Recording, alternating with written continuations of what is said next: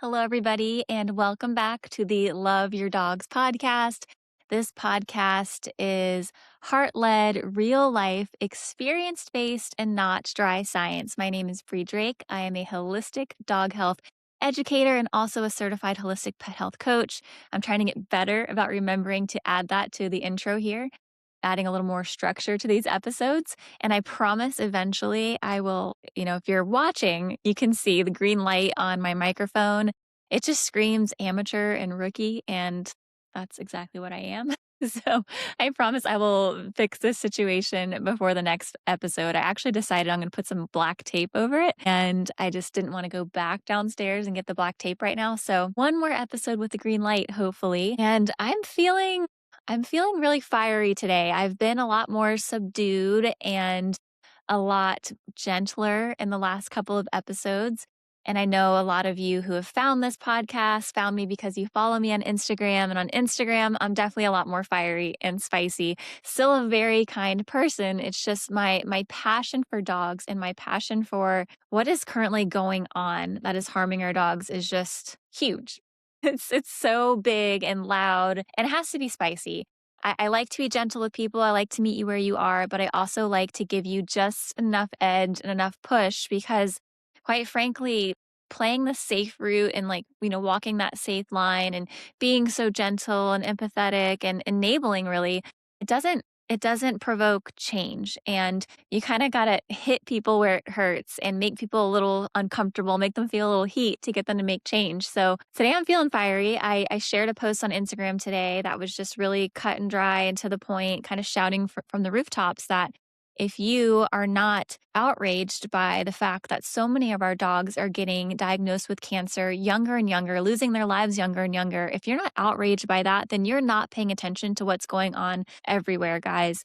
I'm not a Facebooker. I don't get on Facebook, but I do have boomers in my life that send me links to videos on Facebook. So I do have an account. I just haven't used it in years. It's not my thing. But when I click on those videos, I get brought to Facebook. I'll watch whatever funny video they sent. And then when I click out of it, I get bombarded with. So to go on a quick little tangent, back when I was in my darkest hours and Skip, our dog that was diagnosed with hemangiosarcoma, when he was going through his surgery to remove his spleen and remove that mass, I was in my darkest hours trying to learn everything I could about hemangiosarcoma. And I was joining Facebook groups. So I joined a hemangiosarcoma Facebook group. And every time I'm brought to Facebook, I see all of those posts and they are all heartbreakingly the same. I can relate to them so much. And it takes everything in me not to stop and spend my whole day just helping every single one of those people one-on-one. And I don't want to be hopeless, but I know the position they're in because I was in it.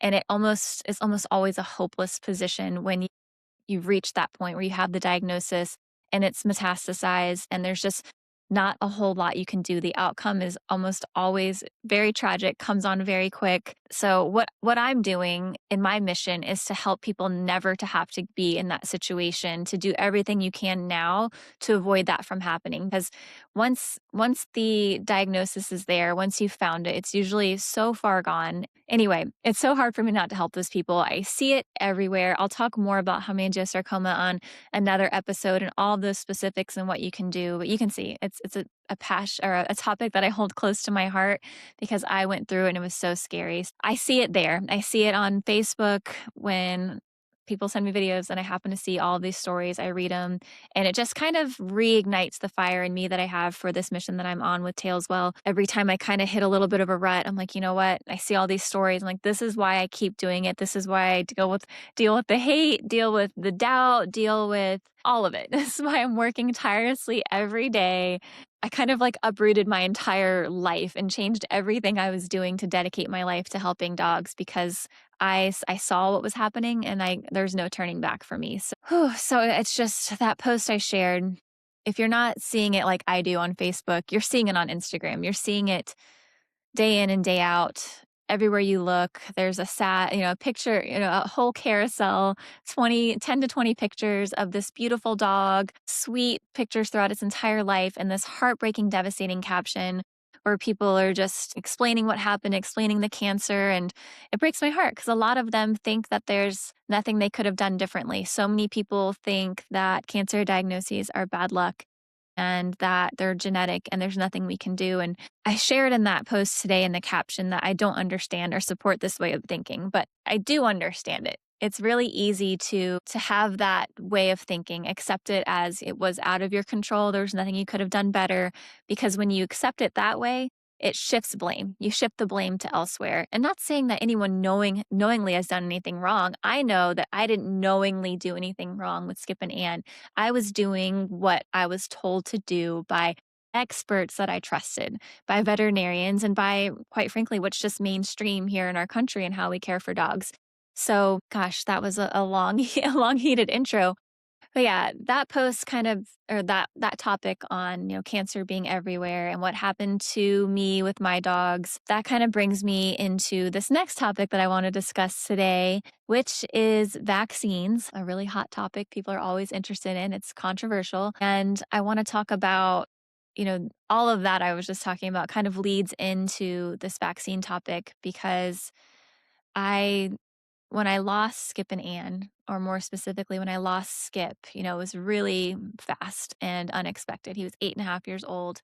And I knew the second I lost him that I needed another golden retriever, another male like him, as soon as possible. I first was researching, how do I find a breeder that will leave the vaccine decisions up to me? Like, is that a thing? Because as you know, most of you listening probably realize that most of the puppies you get come pre-vaccinated. They're already vaccinated for you. They start vaccines at 6 weeks. So they come home to you and then you finish out the next couple of rounds yourself. So I'm like, does this exist? Is there breeders that would be at least open to it? So that's how it started. I found some breeders that I liked, looked at all of the normal boxes that you check when you're looking for a breeder, which is kind of a new experience for me in itself. Skip was a Craigslist pup, and Anne was my husband's dog. So I had no part in finding a breeder for her and selecting her. So this was new to me. I wanted to do it right. So I knew all of the boxes that needed to be checked. And, I looked at pictures and stalked their social medias.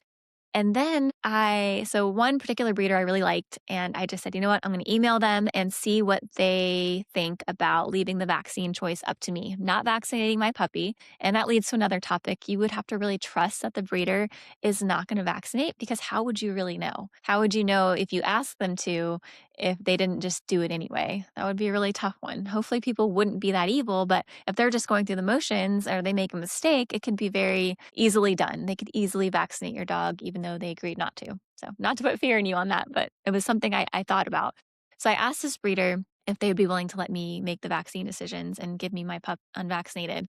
And they said, sure, we haven't done it before, but we'd absolutely be willing to do that. And there was a couple of things that were going to be different. So that was the first breeder I contacted. And I still was on the hunt. I wasn't going to settle for that one. And somewhere along the line in my Google searches, I realized that there are breeders out there called natural rearing breeders. And those breeders focus on, low toxins for the parents and the pups. They don't do vaccines. They start out on raw food. Just amazing. So I learned the term natural rearing breeder. So that helped to elevate my search results so much, by knowing that there was a term for it and they existed. So I found a few. Of course, the one I ultimately decided on, Nature's Premium Goldens, they are in Northern California, which of the few that I found were the furthest away, like completely across the country. I would have to fly Mr. Pine home. So I went with them, and yeah, so I'll get into that. So I went with them as the breeder, and so when I decided I needed another puppy, I was like, I got to do this right. Through working with the holistic vet that was helping support Anne naturally on her cancer journey, I had learned about a lot of the things that are harming our dogs. So I learned that vaccines were harmful, which is something I had never even considered before. I was always the dog parent who just went in and got whatever vaccines my dogs were due for. No questions asked. To me, it was like always a money thing. They would say, oh, do you want to get this one also? Do you want to do leptospirosis? Do you want to do Bordetella? And I would be like, sure, if it's going to protect my dog, yes, absolutely. I don't mind paying the extra money. Like, I never looked at it as a truly, potentially life-altering event, giving vaccines. I always looked at it as benign, as in it was a just in case, protects our dogs, perfectly safe, benign process. So when I started learning, or when that holistic vet asked me, have you ever given your dog anything to help detox from vaccines? I was like, well, what do you mean? So that vet kind of opened my eyes to the dangers of vaccines. So I knew that I had some big, not tough, but really big decisions that were not familiar to me. I've always raised dogs the same way. So I knew when I got this perfectly pure, naturally reared dog that I was going to have to be very mindful of my decisions. So vaccines was a big one, flea, tick, and heartworm prevention, feeding, all of that was huge, spay and neuter. And all of these are topics I'm going to get into in great detail later down the road.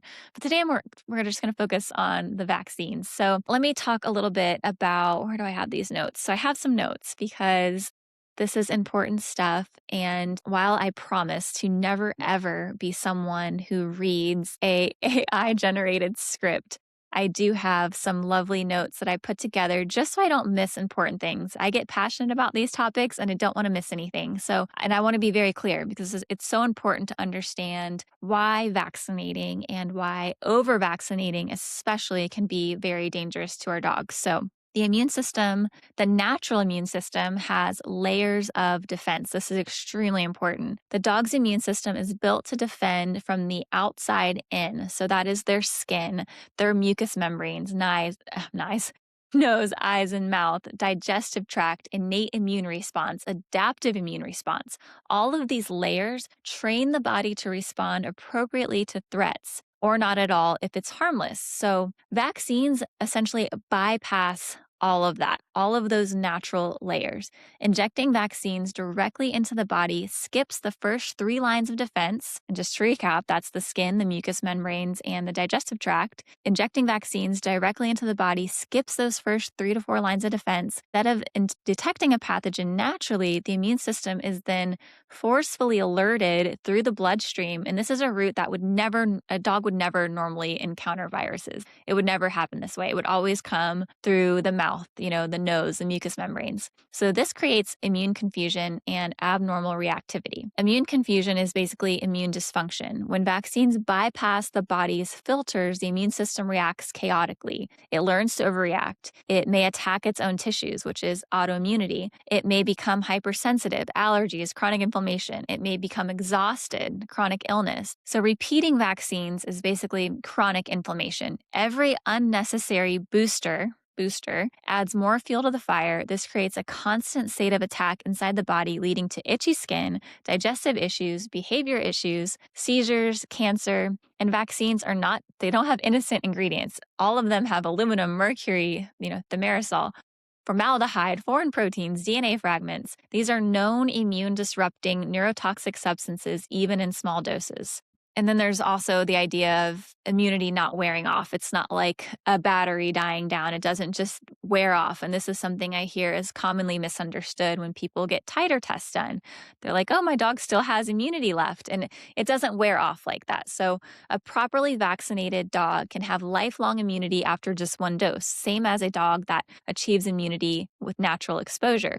Once that dog has immunity against a certain disease or virus, then that dog will have immunity it's been proven to last about 5 to 7 years, but usually it's for life. So there's no reason for us to be boosting. I think that's all I wanted to touch on for those notes. Those are the main things I wanted to get straight before I gave my own 2 cents. So to me, vaccines, everything I've learned over the last couple of years points to vaccines are not entirely necessary and certainly aren't harmless. And I knew that, especially in our already disease-prone breeds, our already cancer-prone breeds like golden retrievers and boxers and German shepherds and labs, vaccines can be a lot more risky. Every single vaccine that's given to your dogs carries risk. And when we don't know, puppies 6 weeks old, we don't know about their history and what the state of their health is at that moment in time, and their immune system is so immature. So to me, it is extremely risky to inject immature immune systems where we don't really know what all of the risks may be. It's just blindly doing it to every single puppy regardless carries major risks. And what's hard is that most of our veterinarians are trained to identify vaccine reactions and adverse reactions, adverse events as something that happens when your dog is still in the lobby at the vet, or within hours of you getting home, or within 2 to 3 days. If the adverse event doesn't present itself in that little window, it's assumed that the dog handled the vaccine fine and that there's no consequences, no downstream impacts. It can only happen in that 3-day window or less. That's what's hard about this, is it's all treated as safe. And even when they are tested for safety, the safety trials are not long. Usually only a few months, up to 6 months. I might not be exactly, I have to fact check myself on that, but I think most go up to about 6 months. And that is not long enough at all to account for the long-term impacts that are the most deadly and consequential when it comes to vaccines. Given all that information, that's kind of just the gist. They contain toxic materials, inflammatory substances that carry risk in every single injection. So given that, and given that I had just lost a golden to cancer, actually, by the time I brought Pine home, both Skip and Anne were gone. I knew that I was going to avoid vaccines for my current dog at all costs. And how I became confident in doing that was actually learning about Dr. William Falconer, who is a homeopathic veterinarian. His website is vitalanimal.com. And as always, I'll link any of these resources in the captions below or the podcast notes below. Sorry, I'll link all of that down there. But so I learned about Dr. William Falconer through looking at my breeder's website. They had a lot of his work, his articles, his courses, his quotes. They had a lot of it, saved out on their website. All right, so this passionate episode has my throat dry, So Dr. William Falconer, I learned about him through Nature's Premium Goldens. They had his information on their website, a lot of his work linked. And I discovered he had a podcast. So I started just absorbing, inhaling, like taking in all of his podcast episodes, any of his courses. And he taught me a lot about, or helped me dig more into the problems with vaccines, specifically puppy vaccines. And the coolest thing I discovered through Dr. William Falconer's work is homeopathic nosodes and how we can safely create natural immunity in our dogs using homeopathic nosodes combined with safe natural exposure, and then of course combined with species appropriate rearing, feeding our dogs an appropriate diet, making sure they're getting time outside and making sure they're getting filtered water, all of those things. Having a strong, resilient pup that comes from a good breeder, natural rearing breeder, and then layering in homeopathic nosodes and safe natural exposure. So I'm going to get into kind of the difference between nosodes and vaccines. And in this, I will get into what nosodes are. Both tools aim to support immunity. The risk profile is different between the two, night and day. So vaccines work by forcing an immune reaction. We talked about this earlier. They introduce antigens, preservatives, adjuvants, metals, chemicals, stabilizers, inflammatory stimulants. They trigger the body on purpose, sometimes harder than the body is ready. So the result is guaranteed risk, and it could be small, could be huge, but it's always there. And we really have no idea. That's why individualized vaccine schedules or immunization tactics should be considered heavily. So guaranteed risk means that for every vaccine has the potential for inflammation, immune suppression, immune overreaction, allergies, gut imbalance, seizures, chronic disease triggers, detox burden, long-term downstream effects, and not every dog reacts, but every single dog is exposed to the risk of a vaccine. That is a guarantee. Now, nosodes, homeopathic nosodes, they don't force anything. They don't trigger inflammation. They don't stimulate by force. They do not overwhelm the immune system. And why is this? Because nosodes contain no pathogen, no protein, no metals, no chemicals, no preservatives, no adjuvants, no inflammatory agents, just an informational signal on a tiny sugar pellet. So zero risk with homeopathic nosodes. So what nosodes actually are, they are tiny sugar beads coated with a diluted energetic remedy. They're called pellets or globules and given orally. So no needles, no trauma, no vet visits. They dissolve instantly.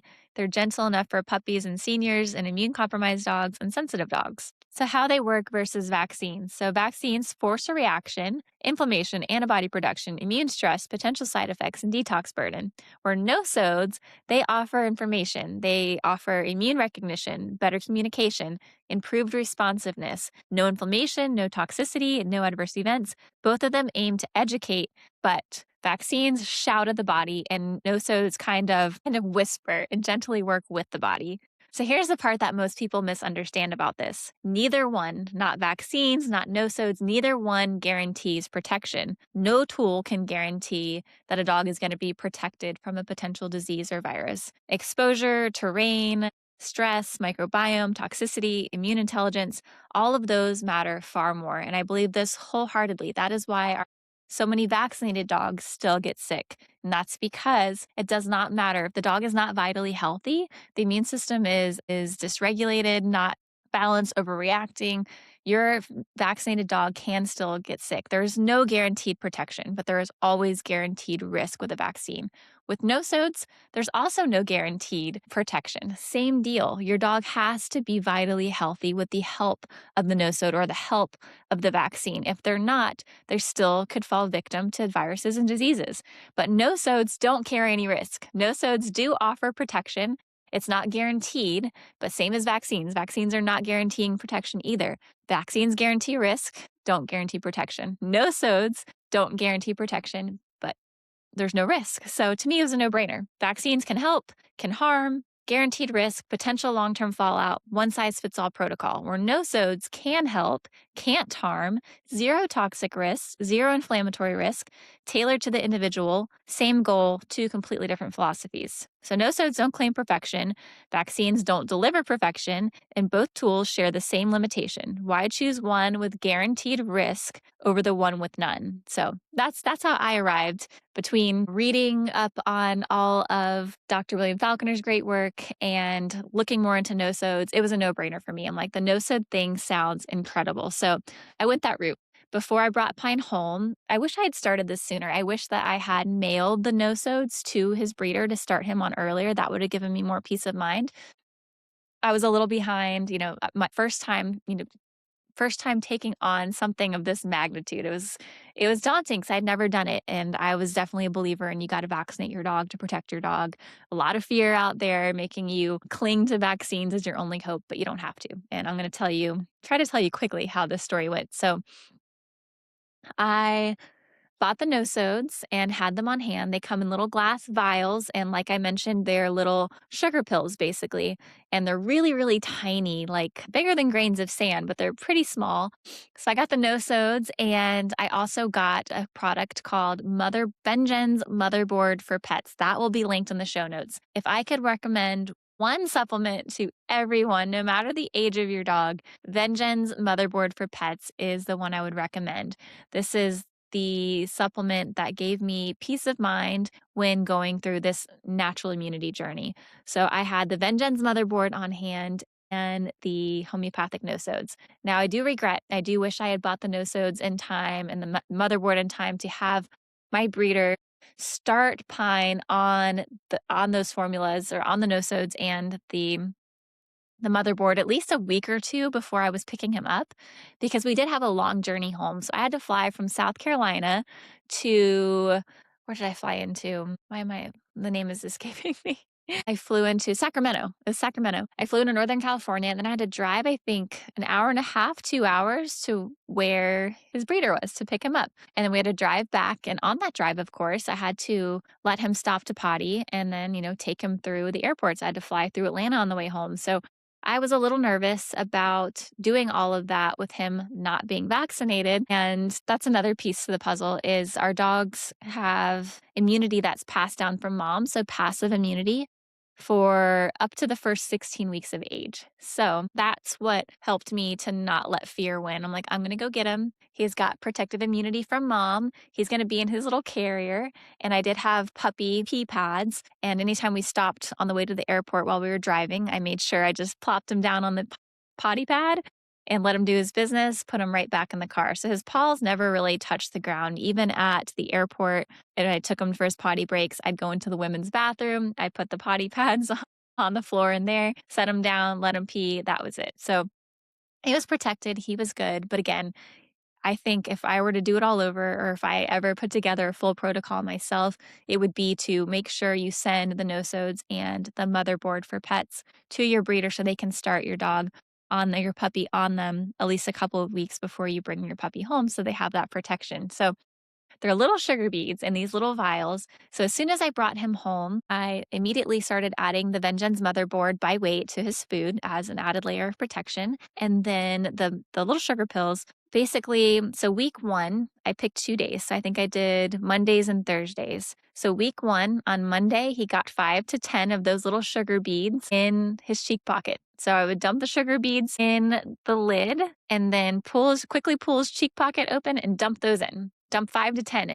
When really all they need is 1. They need it to make contact with their mucous membranes, which is more natural in how they would encounter these pathogens in a natural setting in the wild. So on Mondays, I would pour 5 to 10 of those little beads into the cap, dump it into his cheek pocket, try to hold his cheek pocket closed, and just make sure it's making contact with his mucous membranes. That is the goal. Some could fall out, and that is okay. As long as some got in there, we were good. So on Mondays and Thursdays, the first week, I gave him Parvo Nosodes in his cheek pocket twice a week, Mondays and Thursdays. And then the following week, did the same thing, but with the Distemper Nosodes, Monday and Thursday. And I went back and forth every other week, giving Parvo and Distemper Nosodes twice a week until he was the protocol that Dr. William Falconer has, that I think was actually created by Dr. Rosemary Monsiano. Their protocol is for up to 9 months of age. That is when the immune system is matured. And Parvo and distemper are diseases for compromised immune systems and immature immune systems. So once a healthy dog's immune system has achieved maturity, they don't need that little bit of extra support from the nosodes at that point. Me being new, I waited until 10 months just to be safe. So I did that for 10 months with him, and he got the Venjenz Motherboard for pets every single day. And so the other part of the protocol is natural exposure. So you do the nosodes, you do the Motherboard for pets. Dr. William Falconer is a co-founder of the company Venjenz, who makes Motherboard for pets. So that's how I found out about them. And it's something that I still give Pine to this day. And I highly recommend it if you're going to go the natural immunity, natural exposure route. Nosode route. So the other part of that protocol is that there's got to be safe natural exposure. And you don't do this though until 12 weeks. So between 8 and 12 weeks, it's very important that your dog doesn't just live inside a bubble inside of your home. It's very important that your dog is out experiencing the world outside and getting exposed to lots of different things, training the immune system naturally. So Pine, I would take him on walks around the yard, on little woods trails nearby. And this is also important for puppies. Work on that off-leash work when they're so small and just want to be with you. You're the coolest thing in the world.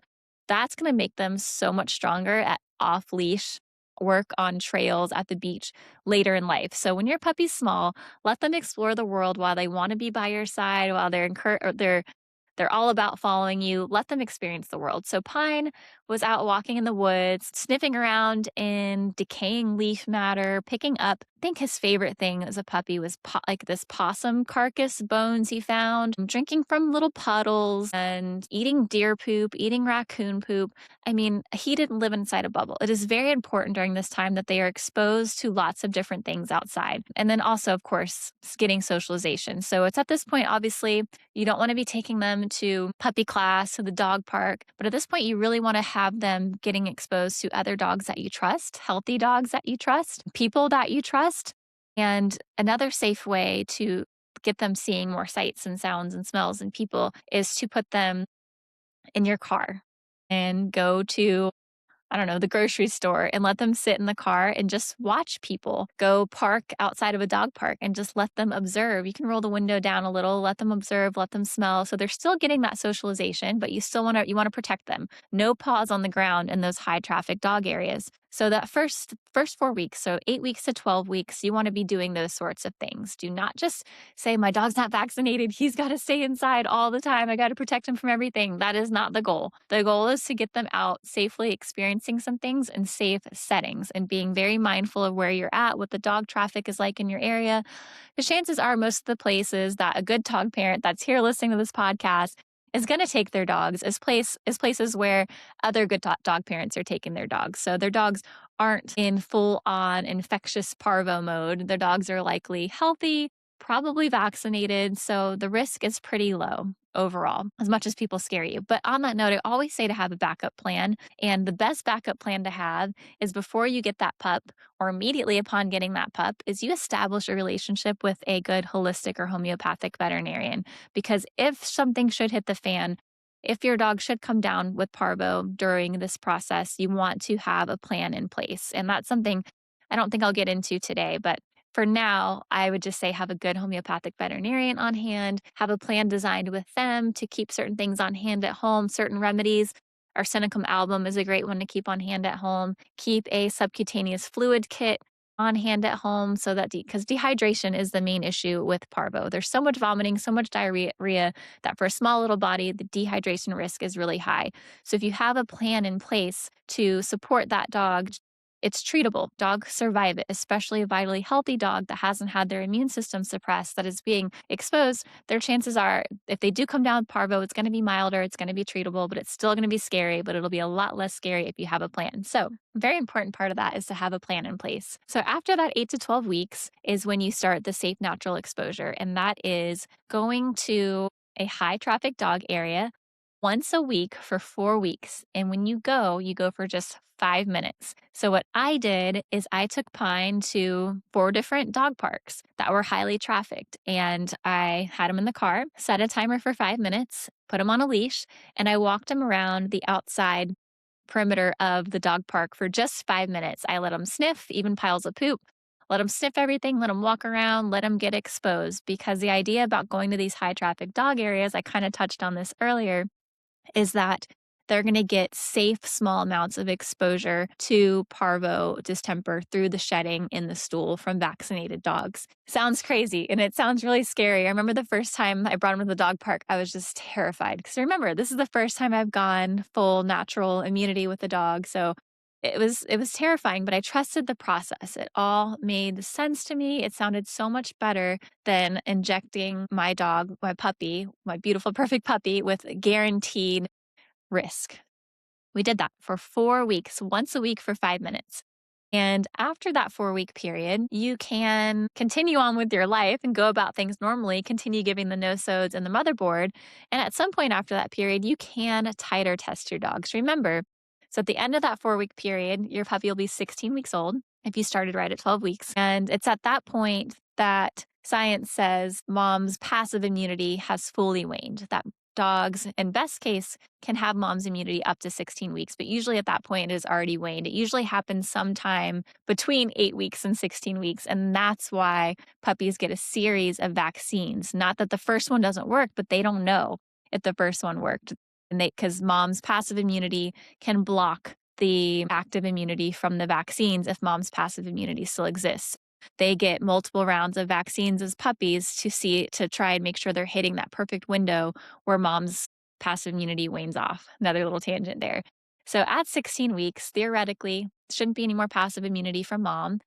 So in Dr. Falconer and Dr. Monsiano's protocol, they say you can titer test after that 16 weeks after the natural exposure to see if your dog has antibodies present for parvo and distemper. I waited, I think, until about 20 weeks. I think Pine was about 5 months old when I found a vet that was okay seeing him even though he wasn't vaccinated, and asked them if they could do a blood draw for me because I wanted to send the titer off myself. So titers are a test that measures the amount of circulating antibodies in your dog's blood for a specific disease, virus. In my case, I went on hemopet.org and paid the money to have them run a titer test for parvo and distemper. And they give you instructions on what kind of sample you need, where to ship it, how to ship it, when to ship it.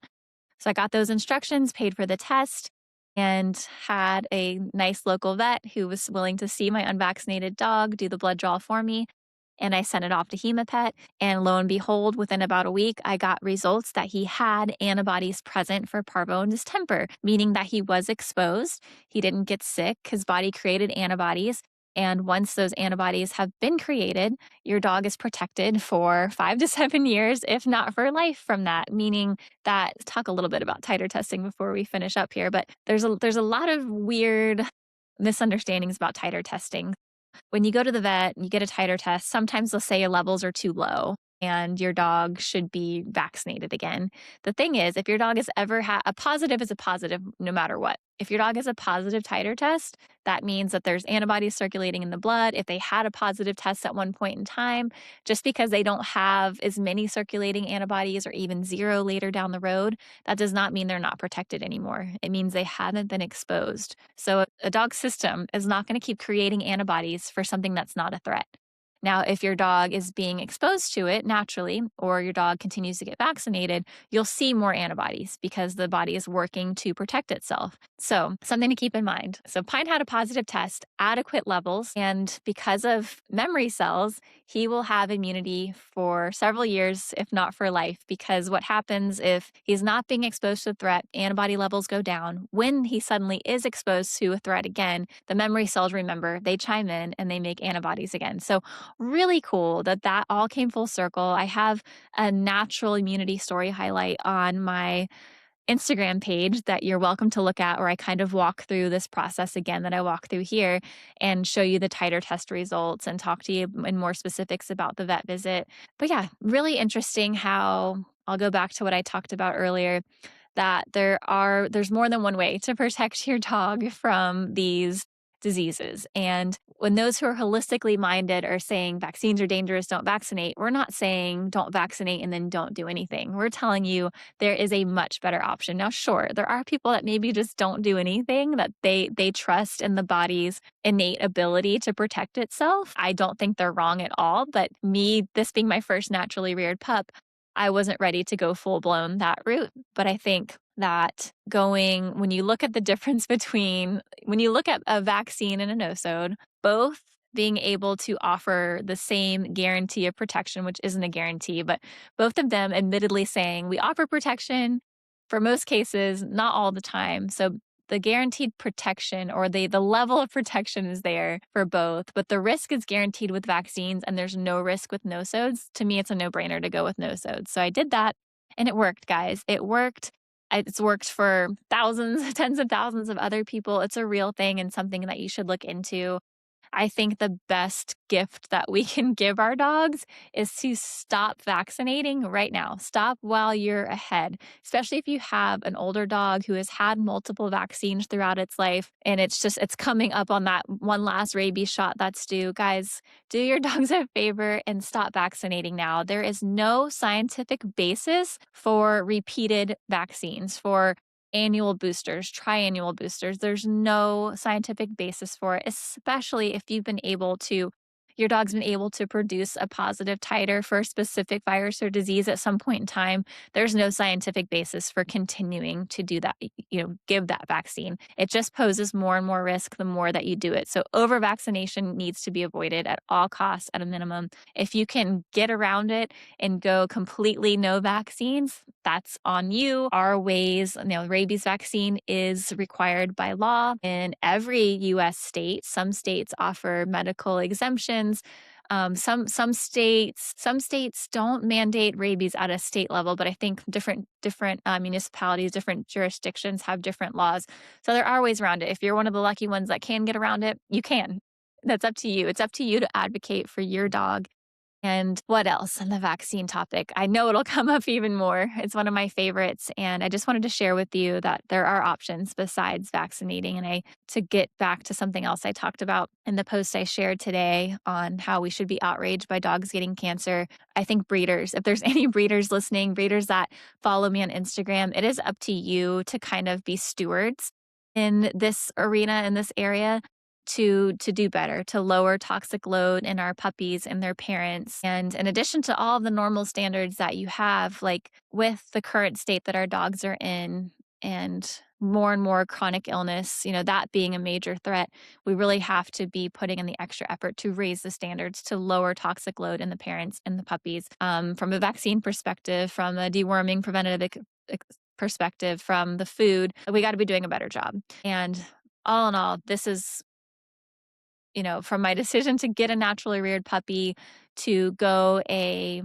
completely non-toxic route as far as immunization goes and train his immune system in a natural way so that it is stronger. That's something I didn't touch on either. When our dogs' immune systems are artificially stimulated, bypassing all of those first layers of defense, it can make those first layers of defense weaker in the long run. And those are the most important. Those are the ones that help to repel and reject and neutralize anything before it gets deeper into the body. So all things to consider with vaccines, not to scare you. A lot of dogs can tolerate them. A lot of dogs live long, healthy lives fully vaccinated. But the problem is we don't know. And I think especially for our cancer-prone breeds and our senior dogs, our puppies, there's a lot of reform needed when it comes to vaccines. We need to be doing them later. We need to be offering medical exemptions for our senior dogs and our dogs that are genetically predisposed to things like cancer. So, hope that was helpful. I made it through. I hope this wasn't too long. Let's see, 45 minutes. Not too bad, guys. I actually have a consultation to jump on now in 5 minutes. So, hopefully, my voice does okay. Thank you again. My name is Bre Drake. I am a passionate holistic dog health educator, holistic pet health coach. I look forward to sharing more like this as time goes on. And as always, love your dogs.